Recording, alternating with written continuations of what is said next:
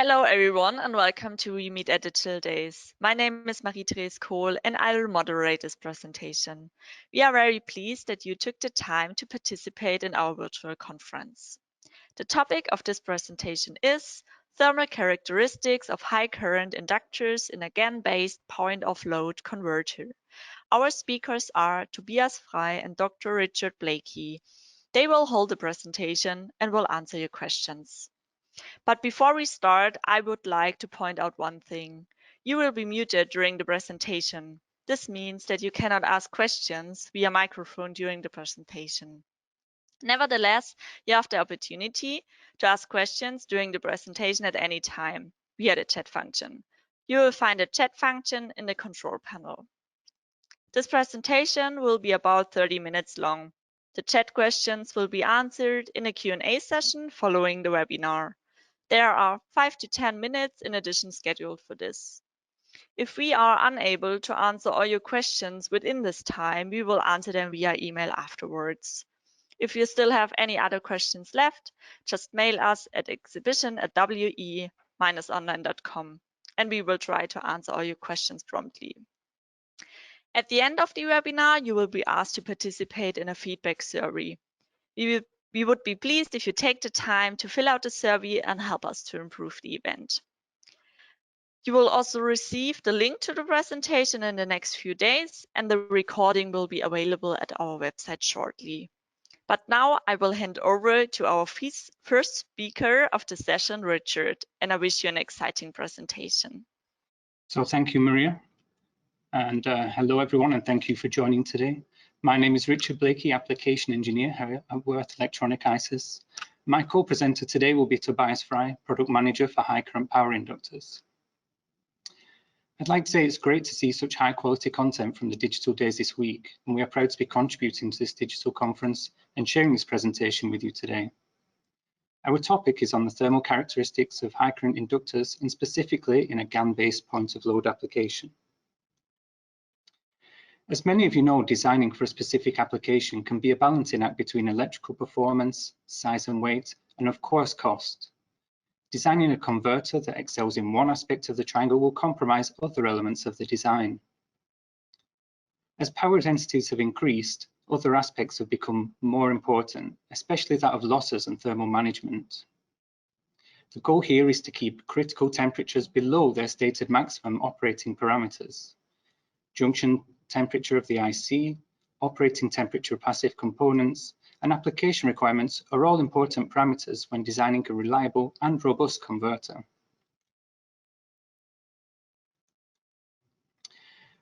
But first, a little thermal background information. There are three methods of heat transfer: conductive, convective, and radiative. For conduction, heat flows through thermally conductive materials. Convection relates to the movement of fluids transferring thermal energy, and radiative is concerned with thermal energy propagated by frequencies below the infrared range in the electromagnetic spectrum. We can define a system using thermal impedance, which is analogous to electrical impedance. In this way, we can characterize systems using thermal equivalent models. When we consider an inductor, there are two conductive paths for heat. One is through the solder pads, where it is transferred to the trace, and second through the core material. From here, the heat can conduct out into the PCB board or is dissipated by convection to the air. I want to say early on in the presentation that we are only considering DC losses. Trying to define and generalize AC losses is difficult because it can vary so much depending on the conditions.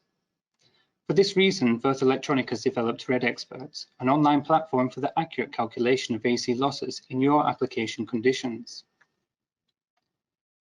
When we take a look at this high current inductor, which is a WHCM, it is characterized by low DC resistance, meaning a short winding with a large flat wire cross section.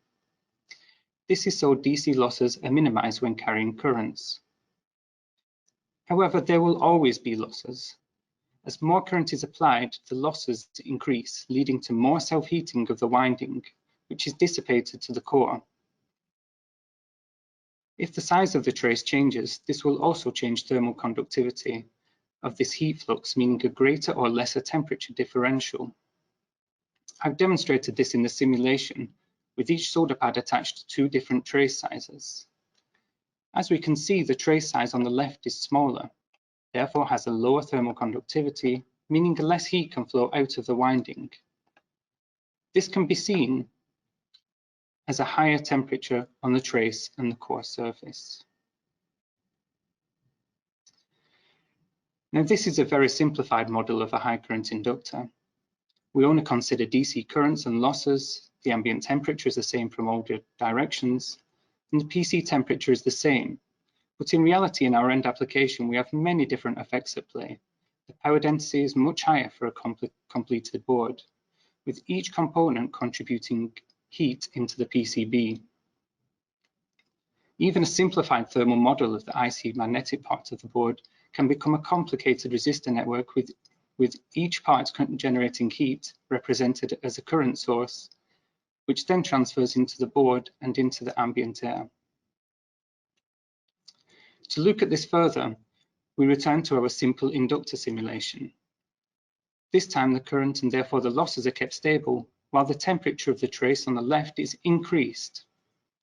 This results in a lower temperature differential between the trace and the winding, meaning less heat will flow. Imagine this as voltage drop across a component. If the resistance stays the same, but the voltage changes, the current must also change. Less heat flux out of the part or heat flux into the part will mean a buildup of heat in the part. What all of this means is that the rated current values stated for inductors are not indicative of the expected temperature rise in the end application. To demonstrate this in an application, we will look at the WEHCM in a GaN-based point of load converter. The role of this type of converter is to turn a high voltage line that can be run over longer distances into a high current where it is needed. This is typical in server-related applications. The topology is a half bridge with a current double rectifier, meaning the output current is shared between the output inductors. This means lower ripple current and therefore less stress on the output capacitors.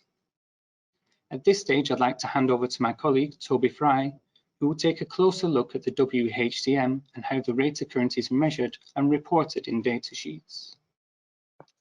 On this slide, we see the four main construction types. Each type has its unique feature. If a high current with a small footprint is needed, the inductor can be ordered with a higher height. To achieve a really small package and height, such as used in convertible notebooks, we grind air gaps in the core instead of assembling the core halves. This method is really precise and gets a inductance value down to 20 nanohenries.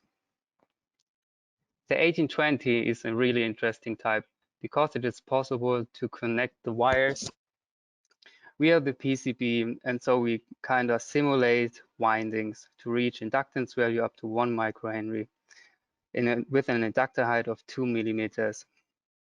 Or we modify existing versions like the 1411, which is a modification of the HCM 1390, which has an extended clip around the core to achieve up to a 3 times higher inductance value. Let's take a closer look at the inductor used in the point of load converter and how the rated current is measured to report in the datasheet. Like we heard earlier, the ideally rated current, it is a self-heating caused by a current flowing through the inductor. In practice, however, the thermal behavior of an inductor and the whole board is a much more complex picture. Because of this, different manufacturers have specified different manufacturing conditions for rated current, if indeed any conditions are given at all. This means it can be really difficult for a design engineer to compare parts from different manufacturers. Würth Elektronik will use the IEC standard for the measurement and reporting for rated current values. We want to be as transparent as possible. This is why we follow the standard and add all information regarding the test conditions to our datasheets. What we see here is the updated datasheet section of the inductor from the converter. There are now two rated current values specified. First, we see the performance rated current, which has been measured on a Class D PCB, resulting in a higher value. Secondly, we see the rated current, which has been measured on the legacy PCB board. We also include in the datasheet a reference to the IEC standard, to the test conditions, and the I versus T chart for both the rated current and the performance rated current. Let's take a look how the standard is defined. The standard sets a number of conditions to ensure a consistent rated current measurement and to give a design engineer a clear understanding how rated current values were measured. As we already know, the rated current is specified at a self-heating 40K temperature rise. The parts are soldered on the PCB and tested in a closed chamber so that there are no external influences. Several current steps were applied to the inductor, where the temperature is allowed to stabilize to less than 1 Kelvin change in 1 minute. An infrared camera is used to monitor and log the hottest part of the inductor core. On the right side, we see 4 different PCB classes. Class A uses a 35 micrometer tray thickness, and the width depends on the rated current of the inductor, which is split in several categories, as we see in the table. Class B, C, and D have a trace width of 40 millimeters with the trace thickness of 35, 105, and 1000 micrometers, respectively. The board has the legacy board has dimensions of 120 by 30 millimeters and a trace thickness of 35 micrometer. Depending on the match code, rated current will be measured on a Class A or Class B PCB. But previously, we measured them on either the Class A, B, or the VE legacy board. Again, depending on the match code, performance rated current are measured on a Class C or D PCBs. In this way, Würth Elektronik will measure and report rated current values that follows the international standard, are comparable and transparent. For example, let's consider a VE LHMI. The black curve shows the rated current on the legacy PCB board. This uses a 30 millimeter wide trace and results in a rated current of 3.4 amps. On a trace width of 5 millimeters, the temperature rise is higher for the applied current. This is fine as the part is still in its operating temperature range. If forced convection is used to cool the part on the 5 millimeter trace, the temperature rise as a result of current is much lower. This means that more current can be applied to the part. For this reason, performance rated current is measured on a Class C PCB board. This mimics better thermal management in the end application, giving a guide to the thermal capabilities of the part, in this case 4.45 amps. I will now hand back to Richard to discuss the VACM further in the point of load GaN application.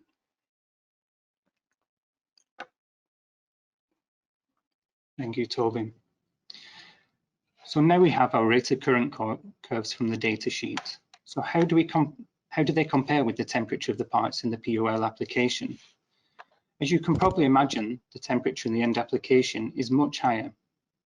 Even though the parts are rated to around 54 amps, if we extrapolate the temperature rise from the application board, the rated current for a 40 Kelvin temperature rise of the inductor would be around 15 amps.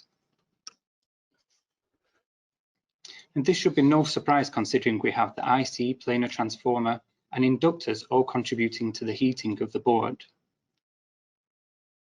But also we have to consider the GaN transistor, which are easily the hottest part of the board. These are connected through vias directly connected to the inductors, meaning heat will be flowing into the inductor from the board. Typically, a converter such as this will be used with some sort of additional heat management. And indeed, if we add a fan, the temperature of the inductors comes somewhere close to that of the rated current curve. In this way, you can see that if further thermal management measures were taken, such as a heat sink or increased trace widths for better heat dissipation, this curve would be shifted down again. So what does this tell us about rated currents? Well, in your end application, after considering all tolerances and safety margins, you won't be using the part up to its specified rated current. As we saw in the example, if we ran more current through the part, the temperature of the inductor would be much higher due to the contribution of heat from other components on the board. Additionally, rated current is only measured under DC conditions. Because of this, rated current cannot be used as an expected value in the end application. As we have seen, the temperature rise in inductor can vary greatly depending on the conditions. For this reason, rated current is not an absolute value of the inductor. It is the temperature rise of the part under very specific conditions. Rated current is a guide to aid the design engineer in comparing the thermal behavior of parts, but this is only true if measured consistently. Until you know the conditions under which rated current parameters were measured, you may as well compare apples to pears. I'd like to end this by asking, what would you like to see done in this area? Would the thermal conductivity of parts be a useful parameter to see on data sheets? Please let us know through the chat function or by sending us an email later. I'd like to thank you for your attention. If you would like further information on how Würth Elektronik measures and reports rated current parameters, please follow the link to the app note. We would now like to welcome questions from the audience.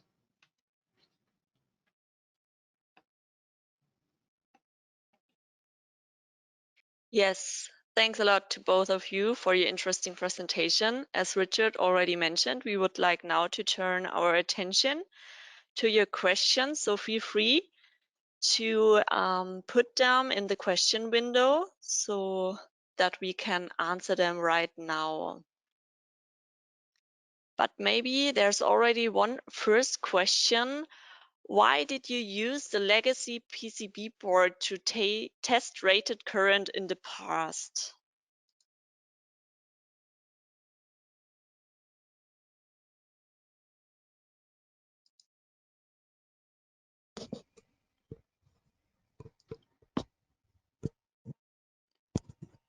Would you like to take that one, Toby, or should I? Now I can hear you perfect.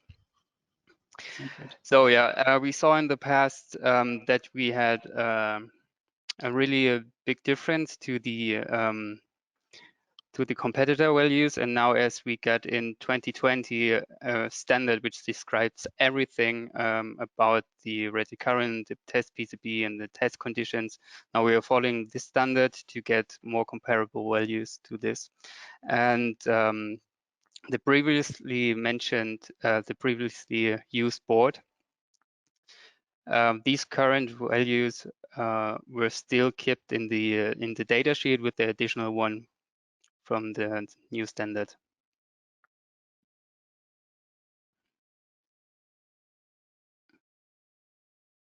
Okay, thanks for answering this question. Maybe another one. What kind of PCB technologies are used for the shown test PCBs? For example, EMS or multi-layer? Maybe you can answer this question. Yeah, this is just a single layer PCB. This is, again, if we start adding multi-layers into this, then the picture can get quite complicated. And this isn't simple or clear.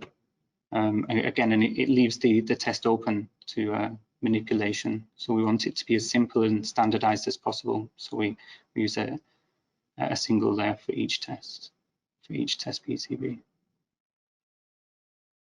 Okay, cool, thanks. And maybe one last question. How did you decide which PCB class to measure on?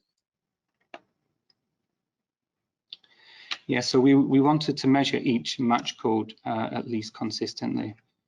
So it's about weighing up the end application, looking at the end application of the match code, and trying to consider the conditions that they would be in.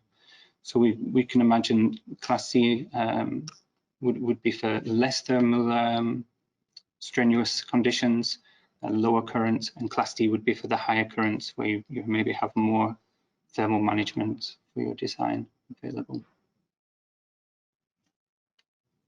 Cool, thanks.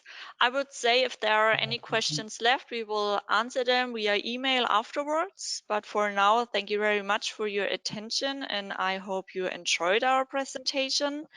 The next presentation topic is easily accessible design and simulation of an EMI filter with realistic component models, and this session will start at 1 p.m. So feel free to join in here, and yeah, enjoy our digital days. Have a nice day and goodbye. Thank you very much, everyone.